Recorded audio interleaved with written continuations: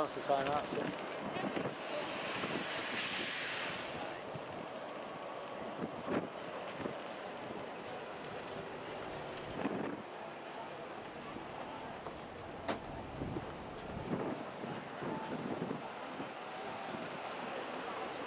Cool. Stop number 3, Colosseum Roman Forum, Formata numero 3, Colosseum Foro Romano, quello della dimensione.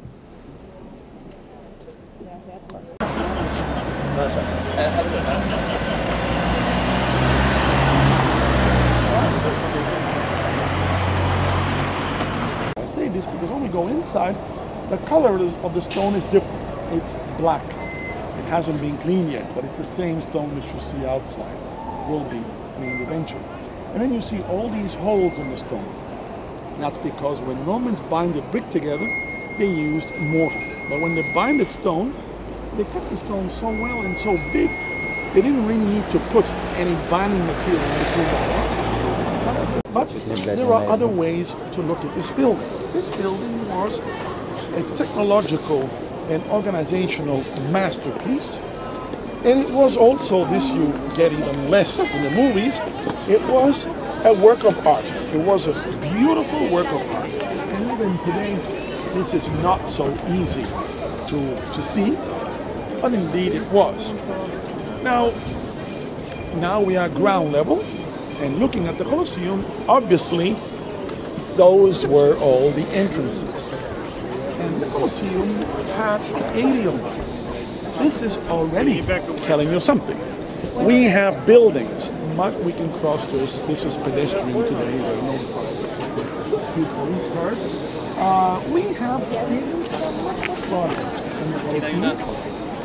but we don't have 80 entrances. So when you go to a football game, a soccer game, or whatever sport you follow, you have to stand in line to buy your tickets, and also many people leave 10 or 15 minutes early to beat the crowds. No need to do that here, because with 80 entrances, they could empty out the whole thing in less than 20 minutes. And the entrances, as you can see, were numbered. Now, these were easy to see in Roman times because they were painted with red paint. Now, they are not so easy to see, plus the stone has been damaged by wind for a long time. This is 46, 47, 45. Now, they were numbered because although entrance was free, so you didn't pay to come here, once inside, you couldn't go wherever you liked. All the seats inside were divided depending on your class membership. And there was an office in the Colosseum that gave you IDs. And there were pieces of paper clay about this piece, slightly larger than a coin. On it was carved your entrance number. So you came here, you showed your ID, and you went straight in. Each social class had a certain number of entrances. We don't know how many.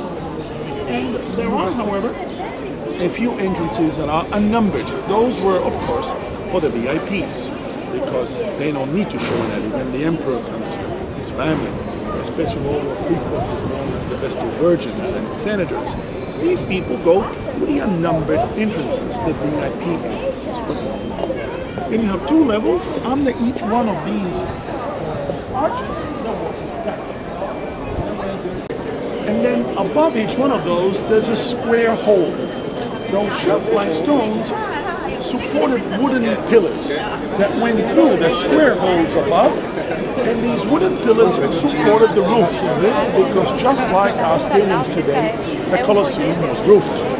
Now, the roof was made from a very thick canvas awning that stretched all the way to the first row of seats. So from above, the Colosseum would have looked like any one of our stadiums today, where you have the field in the open and all the seats covered. Same thing here. The roof was movable. Again, technology. There were people up there with ropes. Depending on the weather, they could put a rope and close it. Now the roof was not here to protect you from rain in the winter. And on rainy days, the Colosseum was closed. It was to protect you from the sun. And to make it even more comfortable, at least in the case of VIP spectators, They had slaves walking around, sprinkling spectators with vaporized water mixed with saffron perfume, like the white bees that we use in the summertime. They were all invented here. You get the L stands for 50, 51, 52, 53, and so on. All right.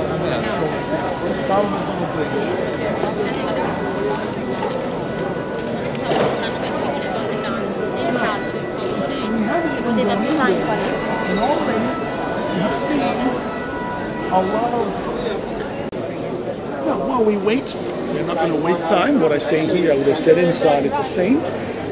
We call this building wrongly today. How do we call this building? Colosseum. If you had come to Rome in Roman times and asked somebody in the streets to direct you to the Colosseum, they wouldn't have known what you were talking about. They would have stopped other people and said, hey, this guy's looking for the Colosseum. You know what that is? No, we would have known. Because this was not called Colosseum. This was an amphitheater. Romans built approximately 300 buildings like this one, scattered all over the Roman world. None as large and impressive and sophisticated and well organized as this one, because here the sponsor is not the local governor or mayor, it's the emperor himself. And he wants this to be the very best in the world.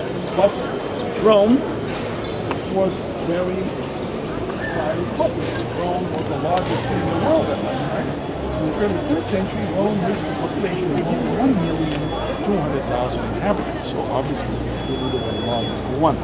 So to distinguish this one from all the other amphitheaters in the world, they call this the Flavian Amphitheater, because the 3 emperors who were responsible for building it belonged to the same family, the Flavian dynasty.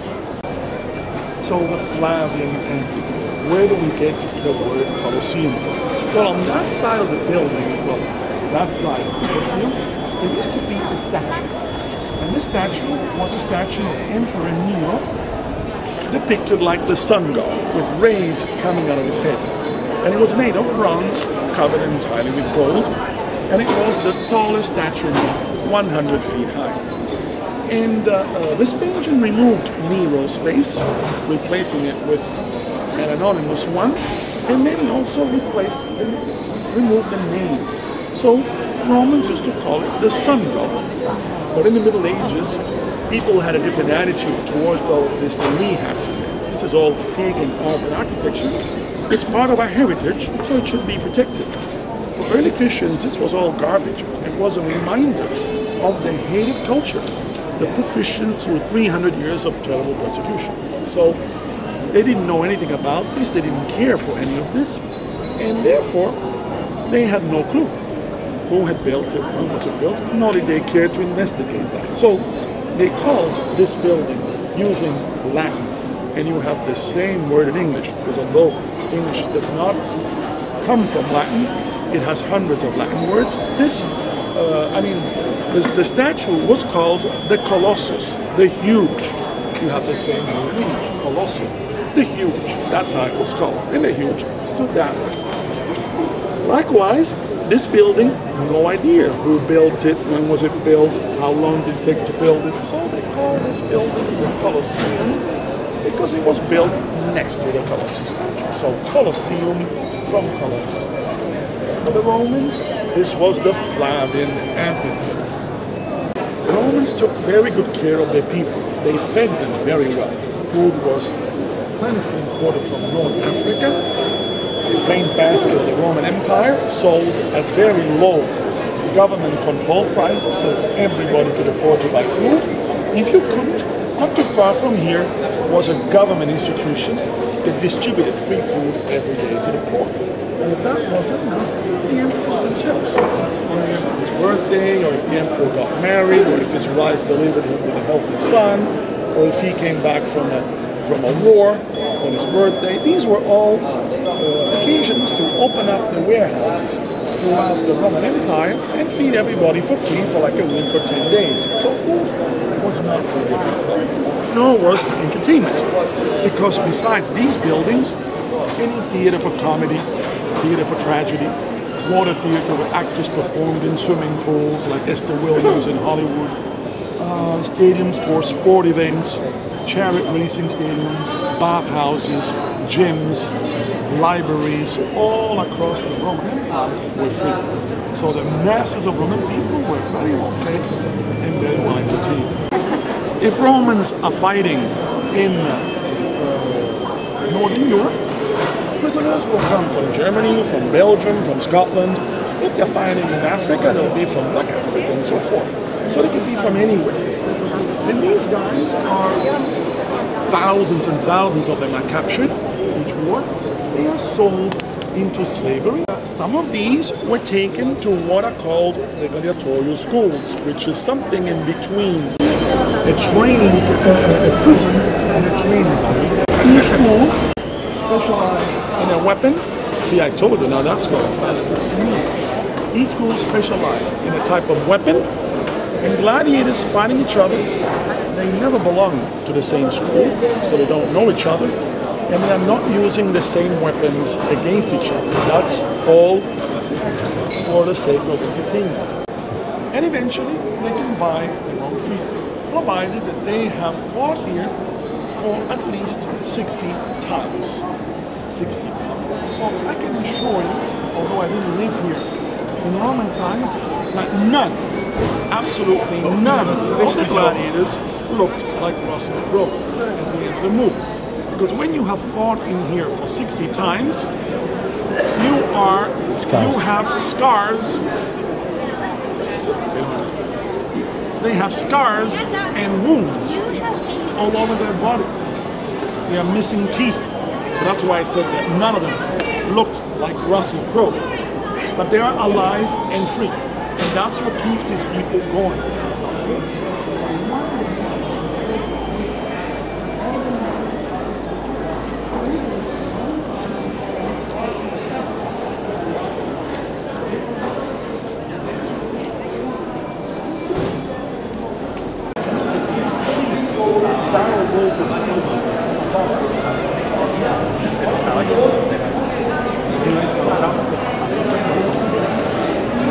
Painted, or they could insert little pieces of colored glass in the wet plastic, or in some cases they could also use gold paint. You know, for example, the Emperor Nero's palace was known as the Golden House. There was a huge amount of gold used there. And actually, this is one of the VIP entrances reserved for the priesthood from all the different regions of Rome. So we can safely assume that up here, this plaster was covered with gold. So nothing to do with what you see today. Marble floors, paintings on the walls, carvings, gold, statues everywhere, and fantastic and beautiful work of art. Have a look again now.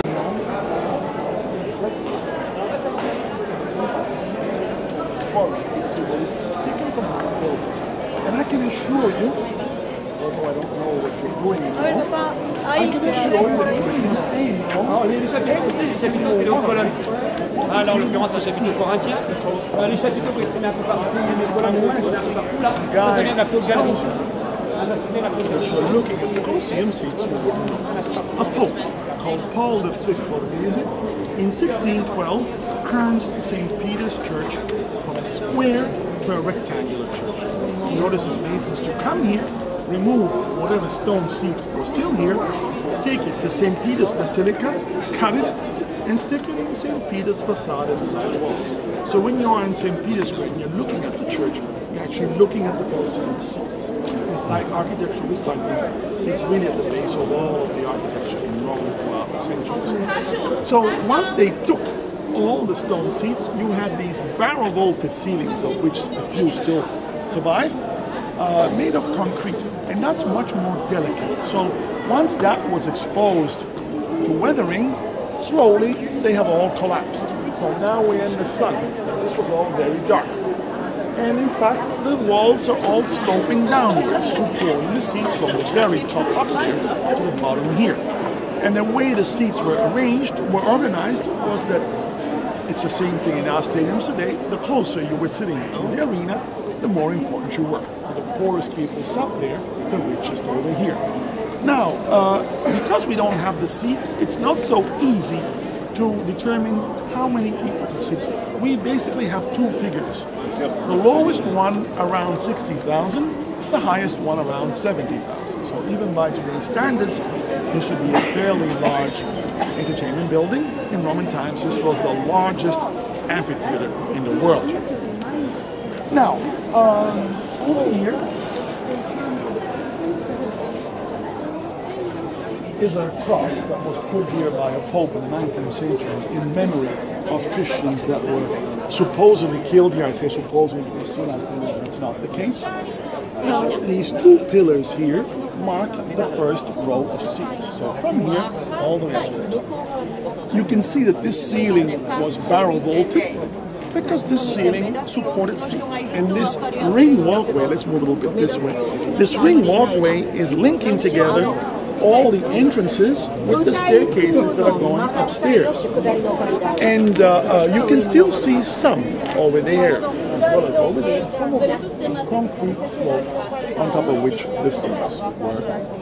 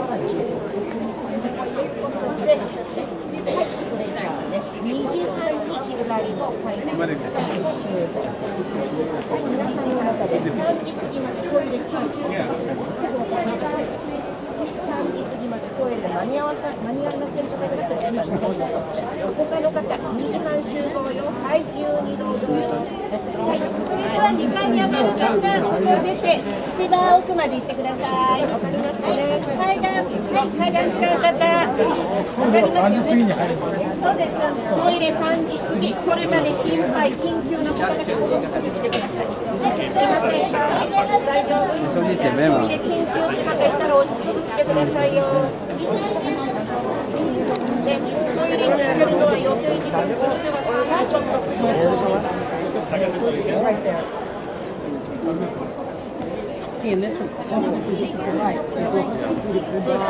That's underneath, I think, part of our tour where you can go under and see. Yeah.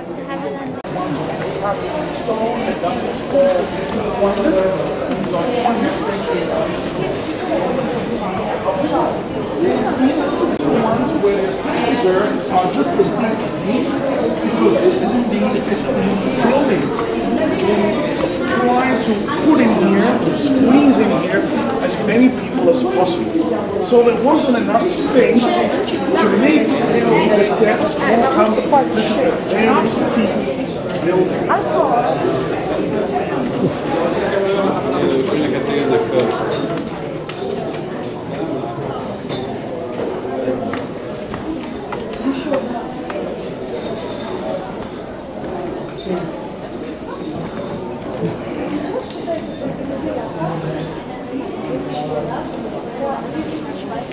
I've been here once before today, so I'm conserving energy. My second tour. Second, 手就算係你話大髀。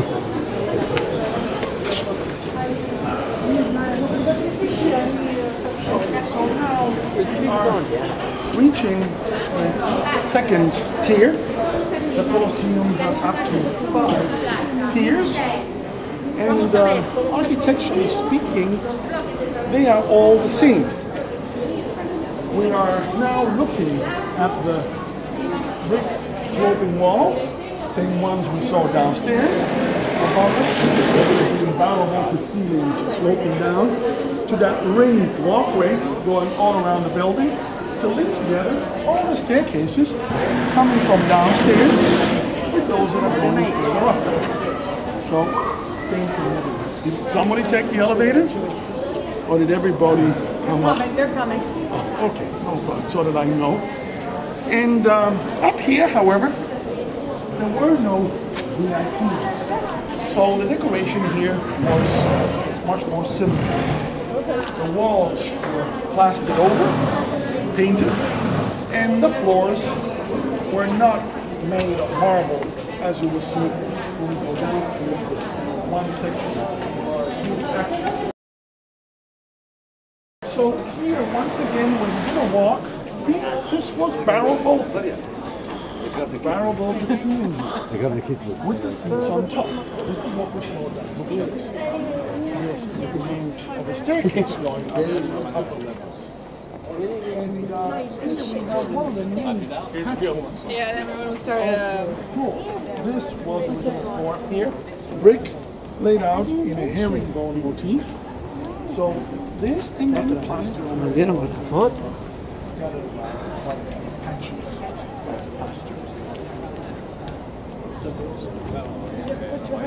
patches of plaster.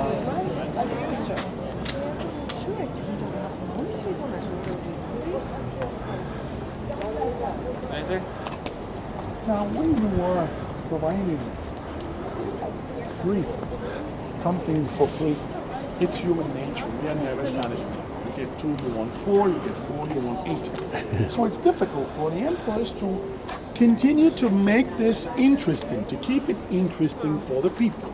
Here you can see the original steps, travertine. These have survived the plundering. You see, as I was telling you, these are just as steep as the ones we have. So not only a lot of money was spent here to entertain, but also a lot of brains, a lot of thought went into finding new and better ways to keep it open. Over here you have one of these patches of the plaster. You see that thick layer of plaster that was smoothed and then painted over. So that's the kind of thing that was covering all the bricks. So not the bricks would have been visible. All covered. And so here they did all of this to create suspense. If you look over here to the right, in the meantime, you are seeing some of the original seats. But those would have been VIP ones. So they would have had a wooden structure with armrest, backrest, and beautiful cushions to sit on. But at least those give you, in any case, an idea of what the seats look like from the first row there all the way up here. They have also rebuilt one small piece of the arena over here to show you what it looked like. Obviously, that stretched all the way to the other side, but they didn't do that because they want to show you the undergrounds that I will describe in a minute. And this is made in wood, as it was originally, with something looking like sand. About 1.5 feet of sand there was before. Now, there are 2 entrances into the arena. One over there, called the Triumphal Gate, because there was a triumphal gate. So, most land is going down. Those who win are taken out the same way. They have triumphed. So they go under the Triumphal Gate. Those who have lost are taken out this way, or go out this way, together with the animals. This is the Libitina, the goddess of the underworld. In the case of dead animals, behind the Colosseum, there were butcheries to butcher all of that meat. Because in one day they could kill 300 or 400 beasts. Those went into feeding tens of thousands of Roman poor for free. And Roman poor don't eat meat very often. So they don't really care if it's lion's meat, camel's meat, crocodile's meat. It's meat. It's free, and it's another free service Crocodile is offered to these people, for which you should be grateful for. So you see how many social services were given to the people through these buildings. No wonder these were so popular. Now, let's come to the undergrounds. In the middle, you see all these brick shafts. Each one of those contained a wooden elevator. And sticking out of the shafts, you still see many of these stones that had a wheel, a wooden wheel on top with a rope. And there were 4 slaves per each elevator pulling the ropes so that the elevator could come up. But just like in our stadiums today, you need something to balance it. And in fact, archaeologists have discovered underground several lead weights. So the elevator goes up, the lead weights go down, up and down, up and down. And then there was a trap door that was hidden with sand. That's your suspense. Suddenly, over there, a trap door opens, and something is going to come out of there. 5 minutes later, over here, another trap door opens, and something else is going to come. So your attention is nailed on the arena because there's constantly something going on. And of course, this can all be done quite quickly now. And the elevator, the space in between each shaft was for the slave that would pull in the ropes. And the elevators were 60. And they're running all through the middle, 60 elevators. And then on the sides, there was a more ingenious system that has been recently restored over here, where you see that ramp going downwards. That ramp faced a wooden pillar with 8 handles on 2 levels. And there were 8 slaves running around the pillar as fast as they could, pushing it. And as they do that, ropes tie around it, and a cage with an animal is being lifted up like this. At the same time, a trapdoor, as you can see here rebuilt, is being lowered. This time it's lowered downwards. When the cage reaches the level of the trapdoor, a slave opens the cage. The animal will come out of the cage and use that ramp to get into the arena. These were 28 on the sides. So you have 60 elevators and 28 ramps for a total of approximately 400 slaves that worked on the ground in atrocious conditions running all of this. So this is truly the technological masterpiece of the Colosseum. No other amphitheater in the world was like this. You might have 2 or 3 ramps, 6 or 7 elevators, and that's about it. Nothing like this, because this is the very best in the empire. This is the emperor's sponsorship. This is the capital. So this is the very best. So by the end of the first century, Romans had mastered a perfect entertainment building. What we have been able to do in the next 1900 years, there was little to improve. We have improved on the building material. In our stadiums, we don't use brick, or travertine, or canvas awnings. We use armed cement, aluminum, glass. But the shape is like this one. If you replace all of that and you put a football field or a soccer field, and you look around, it's easy for you to imagine all the thousands of people sitting all the way up and screaming and enjoying themselves. And also this maze of walkways, staircases, entrances is pretty much the same thing that we have in our stadiums. And actually, this was better. Because as I said, when we started, we don't have 80 entrances. So we must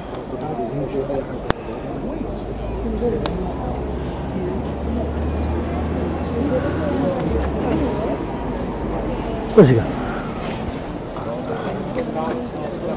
Sorry.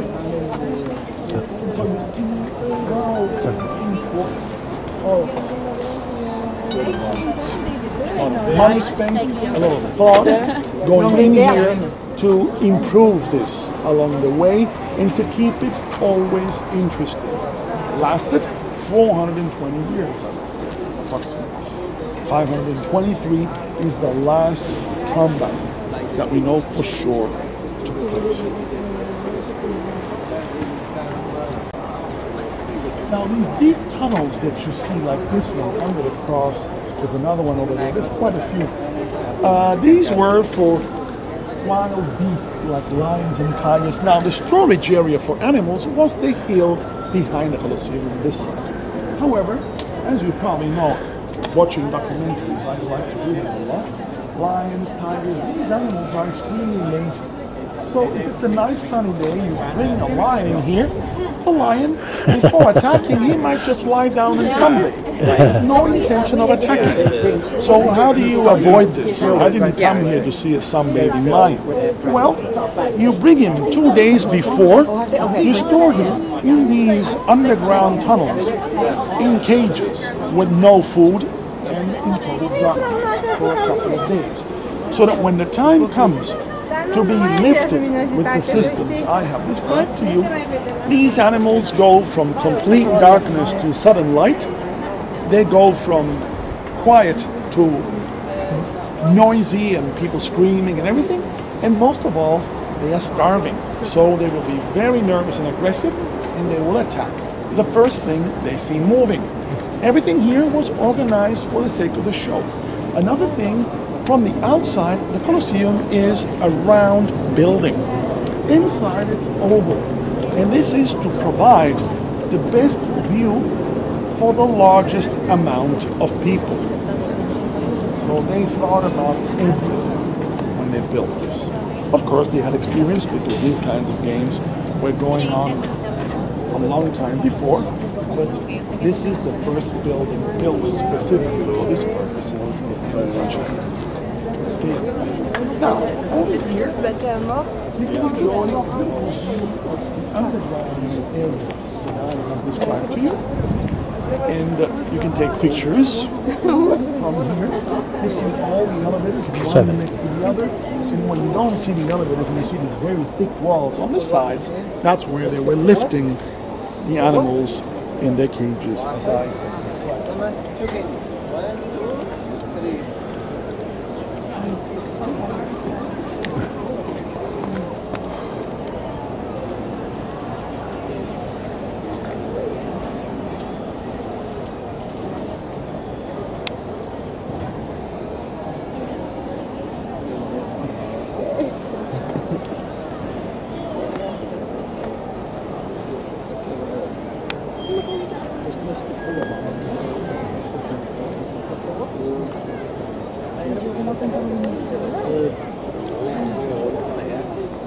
Ah, no, que había visto tu historia.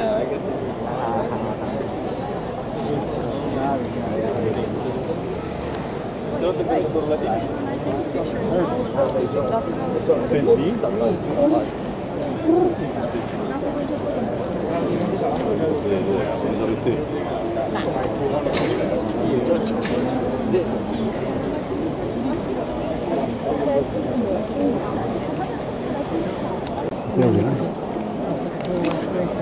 There you go.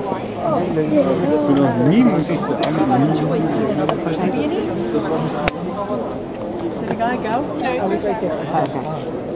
Really? Yeah. Let's get a picture, like, we should get a picture, like, of one when we find one of those open, to get a picture. So you get us a photo of all of you? Oh, no, Would you like okay. a photo of everyone? No, we're good right now. Thank you. We'll let you know. We'll let you know. You're welcome, you're welcome.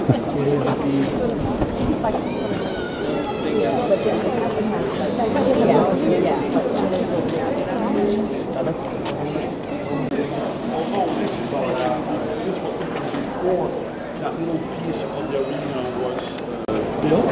This is today. But in Roman times, all of this looked like this. Although I'm not so happy here because for lack of space, they did not include the roofing.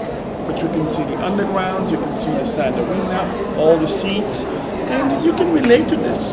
This could be any stadium in the world today, with all the seating area, just like this. So that's why I said that the difference between us and them is actually the type of entertainment offered. But then the building is just like that, modern day stadium. So this is the inside of the Colosseum as it looked. Now, over here is a temple that Emperor Hadrian dedicated to the goddess of love and beauty, Aphrodite, for Greeks, and Venus for Romans. There's that big brick niche apse was the goddess statue. Now the temple, what you're looking at, looks like this. This was the temple. This is the temple. It looked like this. Because if I turn the page, this is what you're seeing today. And the temple is there. The temple over there, 2nd century. Emperor Hadrian's temple dedicated to the goddess.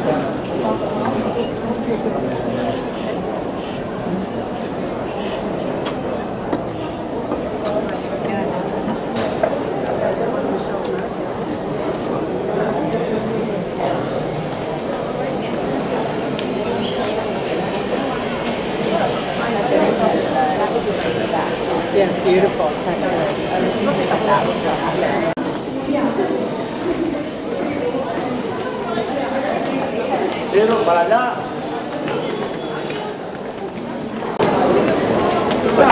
I told you how they brought and how they lifted wild animals. What about very large animals? Of course, they couldn't lift elephants, camels, giraffes with the systems that I have described to you. These were brought early in the morning from the hill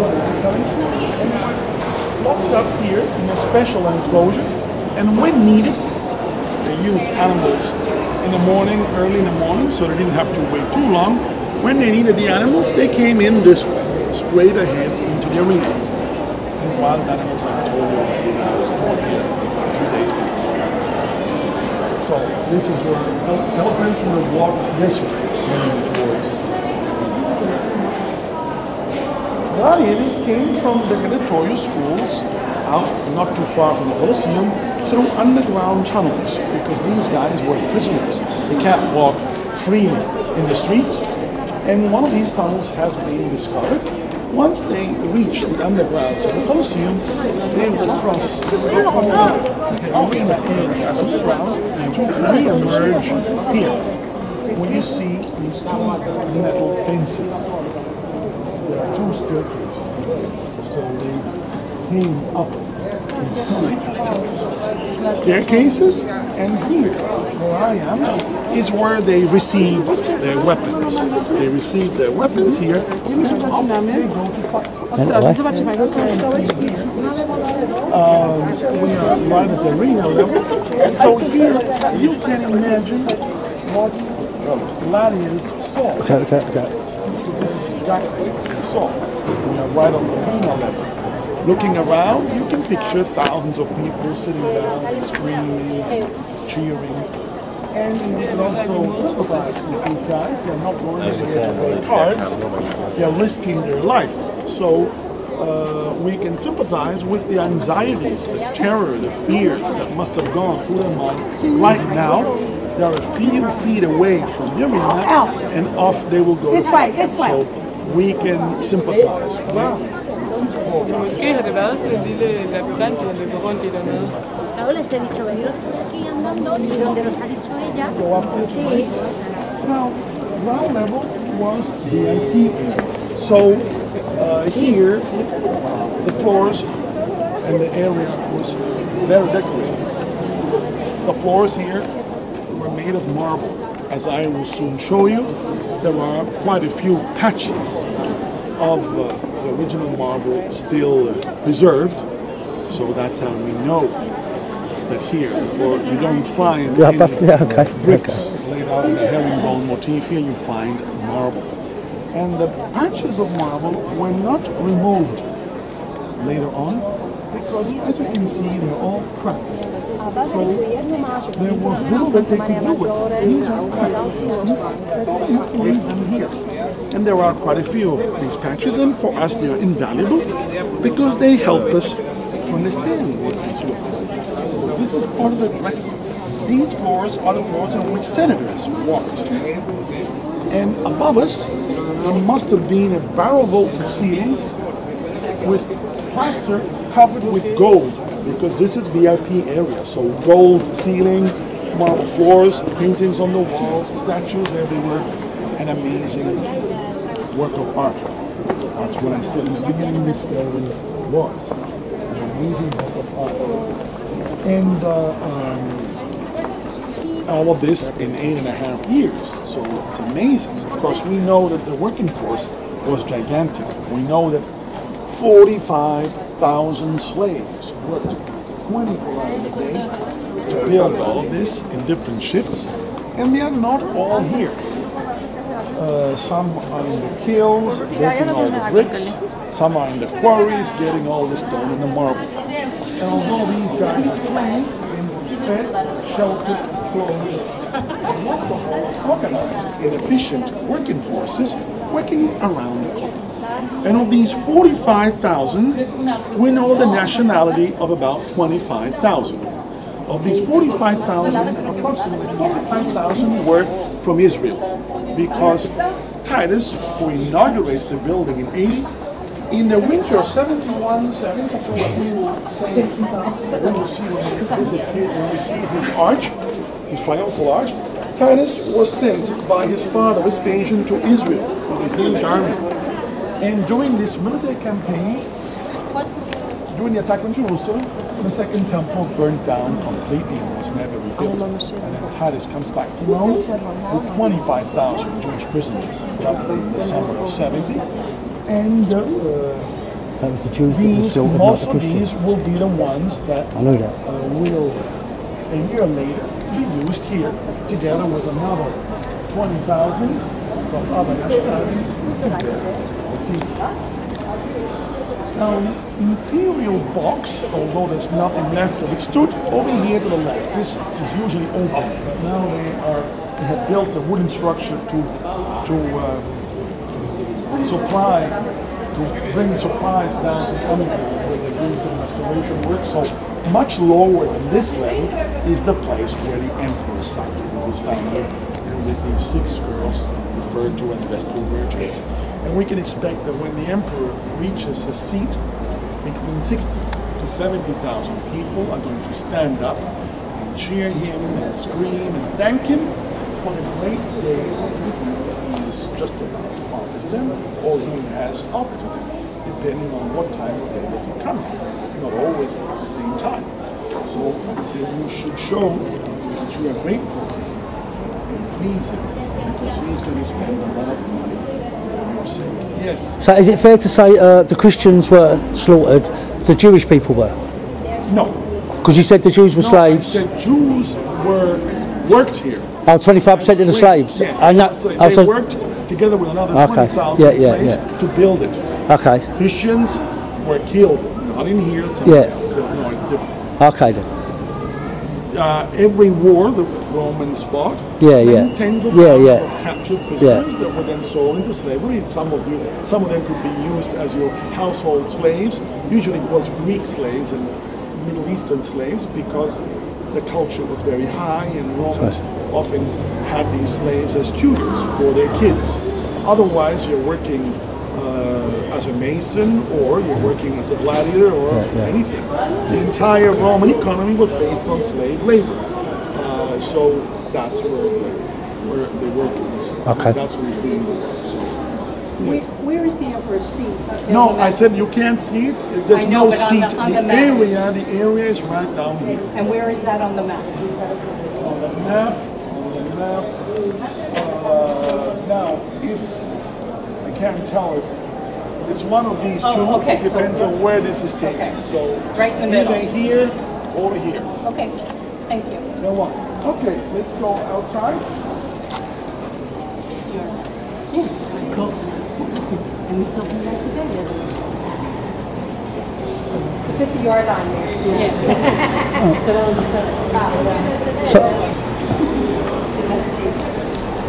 So you know it went for the 400 years? Beg your pardon? You know it lasted for 400 years. Have we got any idea roughly where the date ended?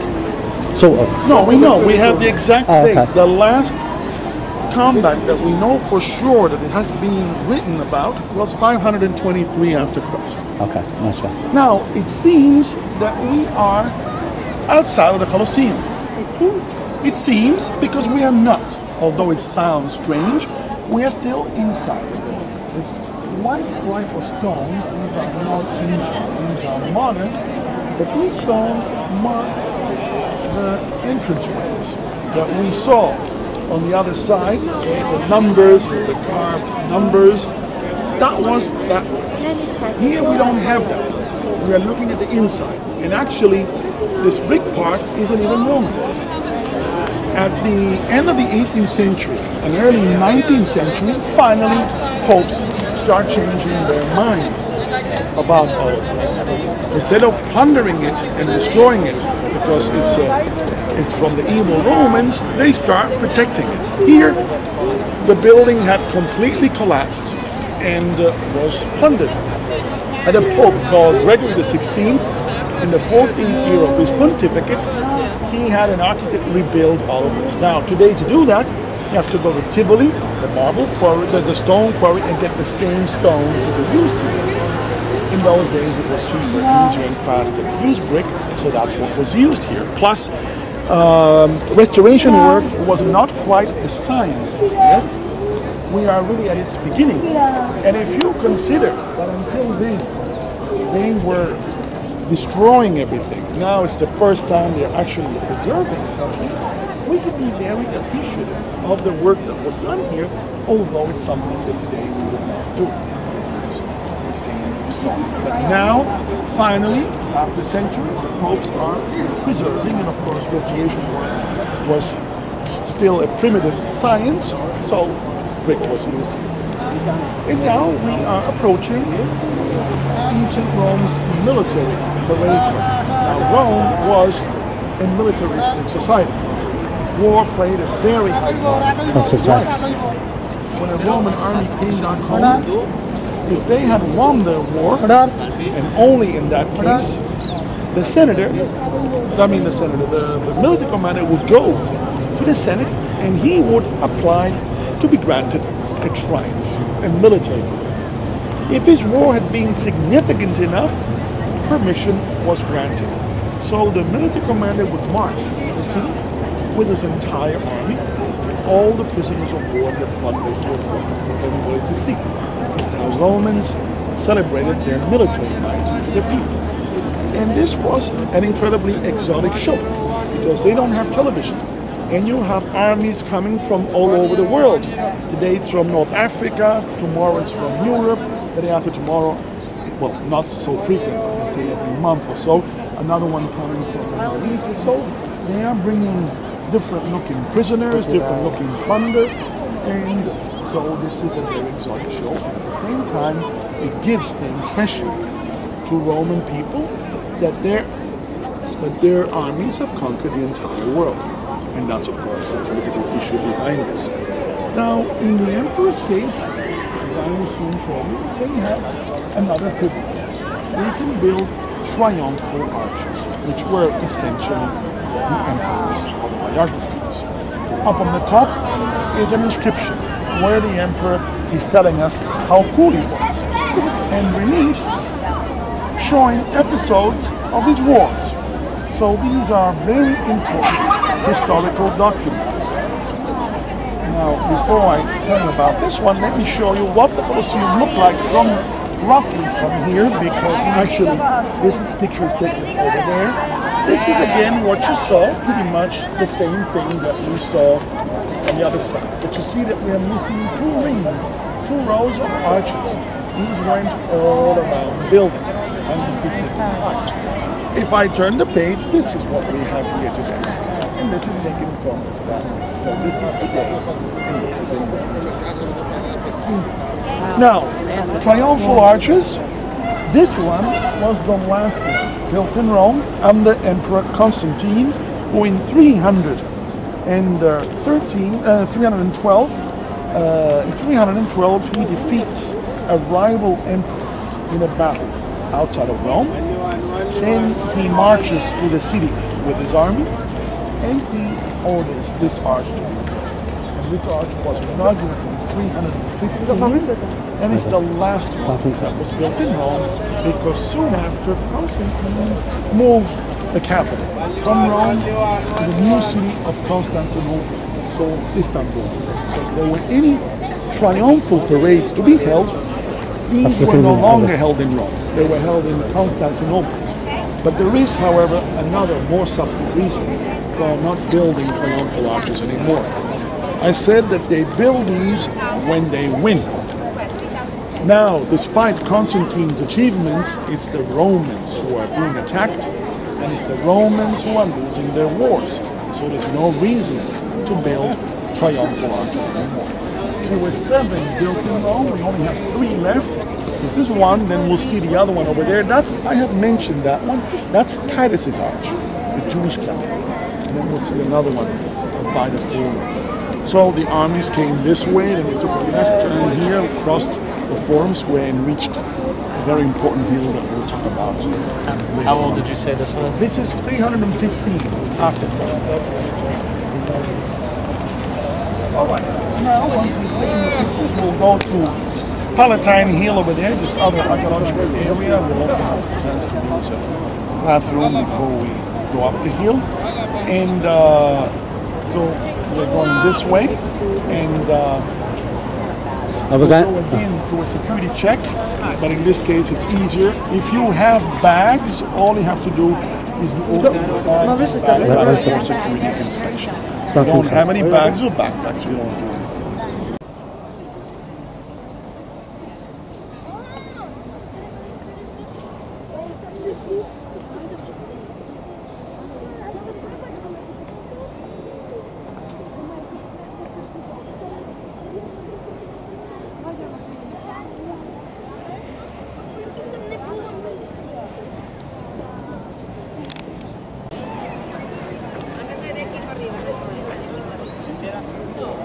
Down,